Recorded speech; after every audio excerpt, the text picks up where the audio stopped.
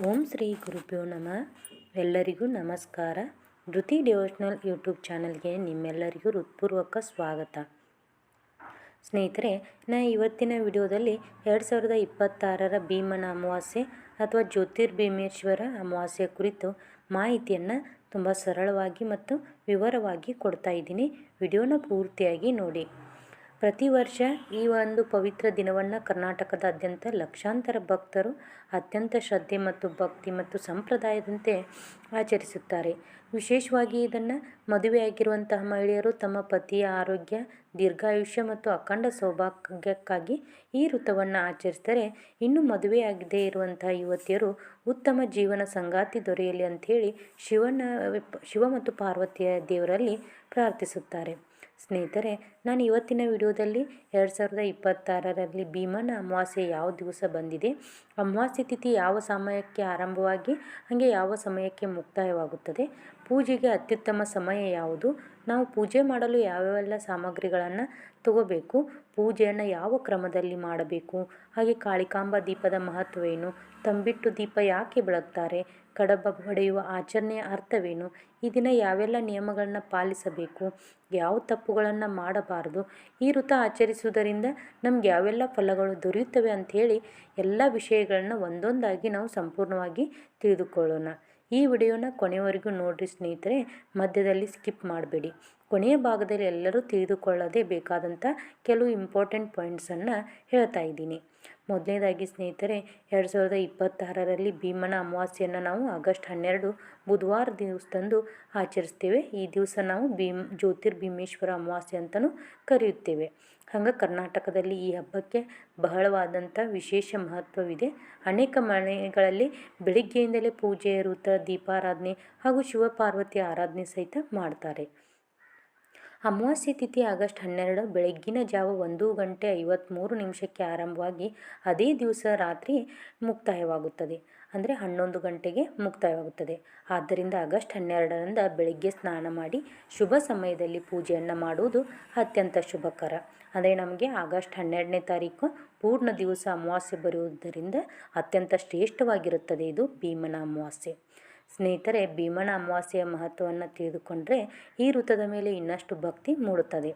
ಹಿಂದೂ ಧರ್ಮದಲ್ಲಿ ಪ್ರತಿಯೊಂದು ಅಮಾವಾಸ್ಯೆಯು ಪವಿತ್ರವಾದಂಥ ದಿನವೇ ಆಗಿದ್ದರೂ ಭೀಮನ ಅಮಾವಾಸ್ಯೆಗೆ ವಿಶೇಷ ಸ್ಥಾನ ಇದೆ.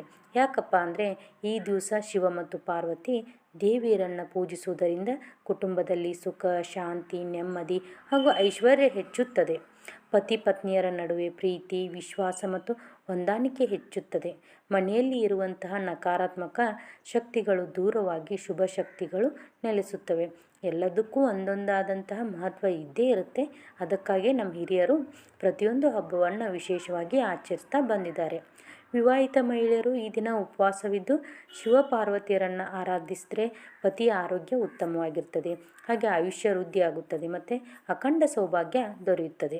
ಅವಿವಾಹಿತ ಯುವತಿಯರು ಭಕ್ತಿಯಿಂದ, ಅಂದರೆ ಮದುವೆ ಆಗದೇ ಇರುವಂತಹ ಮಹಿಳೆಯರು ಈ ಭಕ್ತಿಯಿಂದ ಈ ವ್ರತವನ್ನು ಆಚರಿಸಿದರೆ ಉತ್ತಮ ಗುಣವಿರುವ ಜೀವನ ಸಂಗಾತಿ ದೊರೆಯಲಿ ಅನ್ನುವಂಥ ಆಶೀರ್ವಾದವನ್ನು ಶಿವಪಾರ್ವತಿ ದೇವರು ನೀಡುತ್ತಾರೆ. ಈ ದಿವಸ ಬೆಳಗ್ಗೆ ನಾವು ಸಾಧ್ಯವಾದಷ್ಟು ಬೇಗ ಎದ್ದು ಎಣ್ಣೆ ಸ್ನಾನ ಮಾಡಿ, ನಿಮ್ಮ ಕೈಲಿಂದ ಆದರೆ ಎಣ್ಣೆ ಸ್ನಾನ ಮಾಡಿ ಶುಭ್ರವಾದ ಬಟ್ಟೆಯನ್ನು ಧರಿಸಬೇಕು. ಮನೆ ಮತ್ತು ಪೂಜಾ ಸ್ಥಳವನ್ನು ಸ್ವಚ್ಛಗೊಳಿಸಬೇಕು. ಹಾಗೆ ಅಂದವಾದಂತಹ ರಂಗೋಲಿ ಹಾಕಬೇಕು. ನಂತರ ಶಿವಲಿಂಗ ಅಥವಾ ಶಿವಪಾರ್ವತಿ ದೇವರ ಚಿತ್ರವನ್ನು ಪ್ರತಿಷ್ಠಾಪಿಸಿ ದೀಪವನ್ನು ಹಚ್ಚಬೇಕು. ಫೋಟೋನ ಸ್ವಚ್ಛವಾಗಿ ಒರೆಸಿ, ವಿಗ್ರಹ ಇದ್ದರೆ ವಿಗ್ರಹವನ್ನು ಅಭಿಷೇಕ ಮಾಡಿ ಅದನ್ನು ಸ್ವಚ್ಛವಾಗಿ ಒರೆಸಿ ಇಟ್ಕೋಬೇಕು. ಅದಕ್ಕೆ ಹೂವು, ಬಿಲ್ವಪತ್ರೆ, ಹಣ್ಣು, ತೆಂಗಿನಕಾಯಿ ಹಾಗೂ ನೈವೇದ್ಯವನ್ನು ಸಮರ್ಪಿಸಿ ಭಕ್ತಿಯಿಂದ ಪೂಜೆ ಮಾಡಬೇಕು. ನೀವು ಯಾವ ತೆರನಾಗಿ ಮನೆಯಲ್ಲಿ ದೇವರ ಪೂಜೆ ಮಾಡ್ತೀರಲ್ವ ಅದೇ ತೆರನಾಗಿ, ಅಂದರೆ ಗಂಧ, ಕುಂಕುಮ, ಅರಿಶಿನ, ಅಕ್ಷತೆ, ಹೂವು, ಬಿಲ್ವಪತ್ರೆ, ಹಣ್ಣು, ತೆಂಗಿನಕಾಯಿ ನೈವೇದ್ಯವನ್ನು ಸಮರ್ಪಿಸಿ ಭಕ್ತಿಯಿಂದ ಪೂಜೆ ಮಾಡಬೇಕು. ಪೂಜೆ ಸಮಯದಲ್ಲಿ ಓಂ ನಮಃ ಶಿವಾಯ ಎಂಬ ಪಂಚಾಕ್ಷರಿ ಮಂತ್ರವನ್ನು ಸಾಧ್ಯವಾದಷ್ಟು ನಿಮ್ಮ ಕೈಲಿ ಎಷ್ಟು ಆಗ್ತೈತಿ ಅಷ್ಟು ಜಪಿಸುವುದು ಉತ್ತಮ. ಶಿವ ಅಷ್ಟೋತ್ತರ, ಲಿಂಗಾಷ್ಟಕ, ಶಿವಚಾಲಿಸ ಅಥವಾ ಮೃತ್ಯುಂಜಯ ಮಂತ್ರವನ್ನು ಪಠಿಸಿದರೆ ಇನ್ನಷ್ಟು ಪುಣ್ಯಫಲ ದೊರೆಯುತ್ತದೆ. ಇನ್ನು ಭೀಮನ ಅಮಾವಾಸ್ಯೆ ದಿವಸ ಕಾಳಿಕಾಂಬ ದೀಪ ಹಚ್ಚುವ ಸಂಪ್ರದಾಯ ಬಹಳ ವಿಶೇಷವಾಗಿದೆ. ಮಣ್ಣಿನಿಂದ ಮಾಡಿದ ದೀಪಕ್ಕೆ ಎಣ್ಣೆ ಅಥವಾ ತುಪ್ಪ ಹಾಕಿ ಬೆಳಗಿಸಿ ಶಿವಪಾರ್ವತಿಯ ಮುಂದೆ ಇಡುತ್ತಾರೆ. ಈ ದೀಪ ಅಜ್ಞಾನ ಎಂಬ ಕತ್ತಲೆಯನ್ನು ದೂರ ಮಾಡಿ ಜ್ಞಾನ, ಐಶ್ವರ್ಯ ಹಾಗೂ ಶುಭ ಶಕ್ತಿಯನ್ನು ಮನೆಗೆ ಆಹ್ವಾನಿಸುತ್ತದೆ. ಅದೇ ರೀತಿ ತಂಬಿಟ್ಟು ದೀಪ ಕೂಡ ಈ ದಿನದ ಪ್ರಮುಖ ಆಚರಣೆಯಾಗಿರ್ತದೆ ಸ್ನೇಹಿತರೆ. ಅಕ್ಕಿ ಅಥವಾ ಗೋಧಿ ಹಿಟ್ಟಿನಿಂದ ತಂಬಿಟ್ಟು ತಯಾರಿಸಿ ಅದರ ಮಧ್ಯದಲ್ಲಿ ತುಪ್ಪ ಹಾಕಿ ದೀಪವನ್ನು ಹಚ್ಚುತ್ತಾರೆ. ಇದು ಅನ್ನಪೂರ್ಣೇಶ್ವರಿ ದೇವಿಯ ಅನುಗ್ರಹದ ಸಂಕೇತವಾಗಿರುತ್ತದೆ. ಕೆಲವು ಕುಟುಂಬಗಳಲ್ಲಿ ನಾಣ್ಯವನ್ನು ಒಳಗಡೆ ಇಟ್ಟು ಕಡಬ ತಯಾರಿಸಿ ಅದನ್ನು ಸಹೋದರಿಯರಿಗೆ ಒಡೆಯಿಸುವ ಸಂಪ್ರದಾಯವು ಇಂದಿಗೂ ಇದೆ.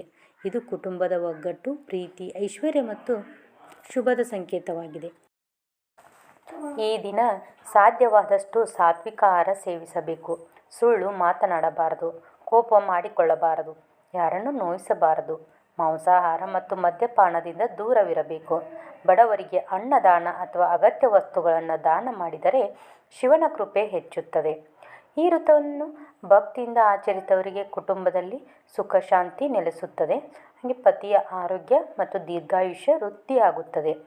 ಅವಿವಾಹಿತರಿಗೆ ಉತ್ತಮ ವಿವಾಹ ಯೋಗ ದೊರೆಯುತ್ತದೆ. ಮನೆಯಲ್ಲಿ ಐಶ್ವರ್ಯ ಹೆಚ್ಚುತ್ತದೆ. ಆರ್ಥಿಕ ಸಮಸ್ಯೆಗಳು ಕಡಿಮೆಯಾಗುತ್ತವೆ. ಶಿವಪಾರ್ವತಿಯ ಕೃಪೆಯಿಂದ ಜೀವನದಲ್ಲಿ ಶುಭ ಕಾರ್ಯಗಳು ನೆರವೇರುತ್ತವೆ. ಓಂ ನಮಃ ಶಿವಾಯ. ಸರ್ವಮಂಗಳ ಮಾಂಗಲ್ಯೆ ಶಿವೇ ಸರ್ವಾರ್ಥ ಸಾಧಿಕೆ ಶರಣ್ಯೆ ತ್ರ್ಯಂಬಕೆ ಗೌರಿ ನಾರಾಯಣಿ ನಮೋಸ್ತುತೆ ಅನ್ನುವ ಮಂತ್ರಗಳನ್ನು ಪಠಿಸಬೇಕು. ಸ್ನೇಹಿತರೆ, ಈ ಪವಿತ್ರ ಭೀಮನ ಅಮಾವಾಸ್ಯೆಯು ದಿನ ಶಿವಪಾರ್ವತಿ ದೇವರನ್ನು ಭಕ್ತಿಯಿಂದ ಆರಾಧಿಸಿ ಅವರ ಅನುಗ್ರಹವನ್ನು ಪಡೆಯಿರಿ. ನಿಮ್ಮ ಜೀವನದಲ್ಲಿ ಆರೋಗ್ಯ, ಐಶ್ವರ್ಯ, ನೆಮ್ಮದಿ, ಸಂತೋಷ ಮತ್ತು ಸೌಭಾಗ್ಯ ಸದಾ ನೆಲೆಸಿರಲಿ ಎಂದು ದೇವರಲ್ಲಿ ಪ್ರಾರ್ಥಿಸುತ್ತೇನೆ. ಈ ಮಾಹಿತಿ ನಿಮಗೆ ಇಷ್ಟವಾಗಿದ್ದರೆ ವಿಡಿಯೋವನ್ನು ಲೈಕ್ ಮಾಡಿ, ನಿಮ್ಮ ಕುಟುಂಬದವರು ಮತ್ತು ಸ್ನೇಹಿತರೊಂದಿಗೆ ಶೇರ್ ಮಾಡಿ. ಇಂತಹ ಧಾರ್ಮಿಕ ಮಾಹಿತಿ, ಪೂಜಾ ವಿಧಾನಗಳು, ವ್ರತಗಳು, ಹಬ್ಬಗಳು ಹಾಗೂ ದೇವರ ಮಂತ್ರಗಳ ಕುರಿತು ಸಂಪೂರ್ಣ ಮಾಹಿತಿಗಾಗಿ ಧೃತಿ ಡಿವೋಷನಲ್ ಚಾನಲನ್ನು ತಪ್ಪದೇ ಸಬ್ಸ್ಕ್ರೈಬ್ ಮಾಡಿ. ಧನ್ಯವಾದಗಳು. ಮತ್ತೆ ಮುಂದಿನ ವಿಡಿಯೋದಲ್ಲಿ ಸಿಗ್ತೀನಿ. ಹರ್ ಹರ್ ಮಹಾದೇವ್. ಓಂ ನಮಃ ಶಿವಾಯ.